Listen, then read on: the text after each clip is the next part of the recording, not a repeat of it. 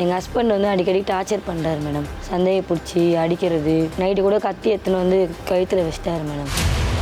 நீ எப்படிமா ஒருத்தவங்க கூட நீ சிரிச்சு பேசுற?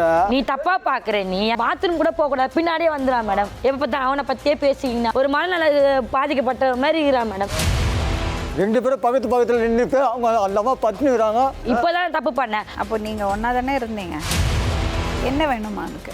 எனக்கு இவன்கிட்ட விடுதலை வேணும் மேடம். டைவர்ஸ் கொடுத்துருங்க. நான் பசங்களை வச்சு நான் பிச்சத்து கூட சாப்பிடுவேன். இந்த சின்ன வயசுல எவ்வளோ கஷ்டப்பட்டேன்